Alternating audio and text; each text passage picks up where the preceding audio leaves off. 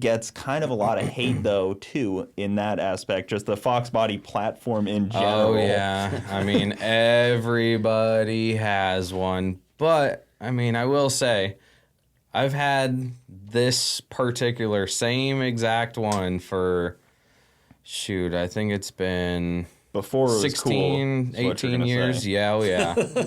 Yeah, I mean, I got it in 2008, so quite a few years ago, and it started out as a 4-cylinder, you know, similar to the Camaro, some stick shift 4-cylinder and junk engine that you gotta get rid of as soon as possible. You know, and I drove it for a little while like that, towed around some jet skis and 4-wheelers, all the toys I had at the time, and eventually I was like, I had a different Mustang that was built, and it was Ford powered. It wasn't that fast. So, was it a Fox also? Yeah, yeah. Okay. Yeah, my very first car was a Fox convertible.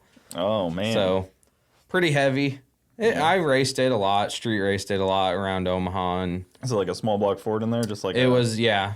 Started out as 5.0 and 347 blower and turbo, and so the beater bomb came about, and it's a notch, so it was a lot lighter, and I saw a naturally aspirated LS Fox body racing in Kansas City, and I decided, man, that thing's fast because I was used to Ford powered stuff. Ford powered stuff takes a lot of money to go fast. Especially then. Yeah. It's not as developed as it is right now. Yeah, you're not playing around Coyotes back then. No. Well, even the small block Ford stuff's pretty well developed now. Yeah. Right. Yeah. Like they're going really fast on that deal. So I decided, I'm going to swap this thing out and put an LS motor in it and tear up the streets. And I did for a while, put nitrous on it and progressed and finally switched it over to turbo. Brad, obviously, we met up in Kansas City at some car show because Kansas City is not that far from Omaha, and so the street guys around Omaha would travel to Kansas City to race, That scene was kind of connected, yes, I guess. Yeah, it's not that far away, and so we met at a car show and hit it off from there, and Brad built the first turbo kit on mine and just spiraled out of control. What was it then? Was it just like a single turbo? Was it auto car? Yeah, I mean, it's been through so many different variations. Yeah. I mean, it was like, and of course, it's so weird now because like Joey's, used to be so secretive. So now it's like it doesn't matter anymore. They're all old combos. I know, but it's like Brad had to it's lock not like anybody's the shop ever gonna up. see it. Like people wanted to come over to pick their cars up. Nope. Had to put it outside. Yeah. we still have car covers. There's a car cover with my name on it. But yeah, it was a single turbo at the time, and then we had air to water on it for a while. Oh gosh! And then remember we moved the air to water to the back seat. Oh yeah, and you had all that piping ran through the car, and then what was this, like 2012? Yeah, around there, 13, 12, 14. It'd have been 13, 14. Okay. Yeah, somewhere around there. So turbos obviously weren't what they are now. No. The information wasn't as out there. And an S480. Yeah, S484 was the first one. 5.3. I don't even think it had pistons in it. Maybe the first one was wasn't it a 4.8? Yeah. The same old 4.8. And that was when you like street drove. Oh yeah. Where like you would see just like a hit at like a red light versus somebody, not like a show up to a planned spot. No, there was only one orchestrated cash days that we would do a year, and that was at Ice Cream Cruise. That was like the only shootout. We'd race that one time a year, and then everything else was just kind of going around, screwing around. Yeah, it's crazy how much it's developed since then. And I mean, we'd race for $500 maybe. Right, yeah. It was now there's like $50,000 races going on every weekend. Yeah, somewhere. It spiraled out of control from there, and raced the single turbo LS for till 2019, I think. Because we moved it out front, remember? And there was no hiding that it was turbo then. No. I mean, you can only hide so much anyways, just if you can hear a car well and you can smell the fuel. You would think. Yeah. You would think. But that is not how it goes.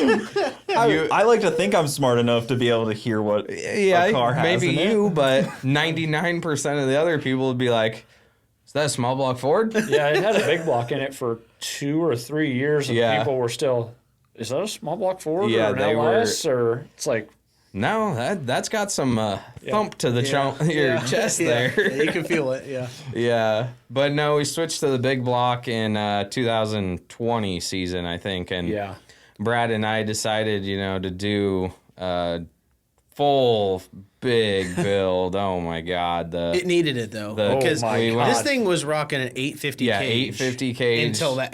It was sketchy. A poorly installed 850 cage.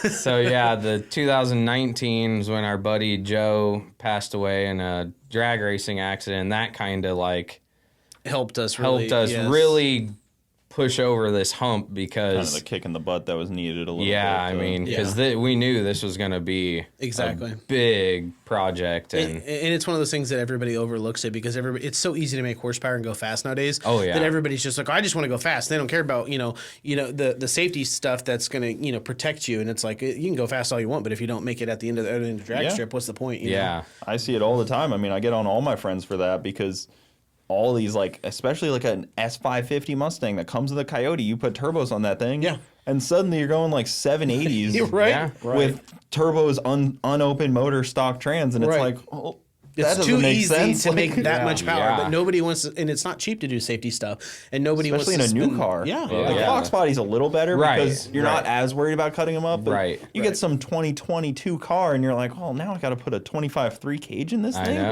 and now it's a race car. Yeah. No, it's like we said, it's a tough hump to get over, but overall, I mean, it took us 3 or 4 months during the winter driving back and forth to Kansas City.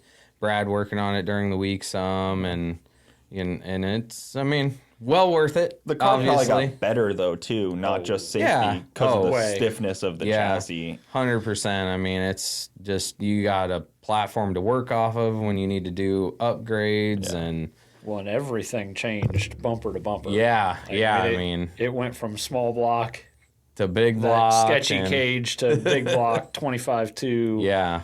And you guys had a learning year. I mean, 1 year we sucked. We sucked in 2020 for sure. That's great about no time though. Nobody really knows if you sucked. If you were slow. True. I mean, we were still fast. There was a lot of second place finishes. But there was a couple towards the end. We won War in the Woods, one of them, and it started out really good because we took it to a street race, and I think we made 2 hits at Lincoln, and then went and won a street race. Oh yeah, the very first race we entered, and then a lot of promising, numbers on the draggy. We were like, oh yeah, we got this figured out. And then felt like you were back kicking the pants. You got the reality check. Oh I think it was just that thing. It doesn't have a nice fancy traction control box that tells you all your printout. That's overrated. One of those deals that prints you out a slip basically after your pass. It says you suck. For 2020, that's what it would have said. Those are 2 adjustable. You can make the numbers tell you what you want to see. Oh yeah. A draggy, you turn it on and that's it. Yeah. Like a heartbreaker. Yeah.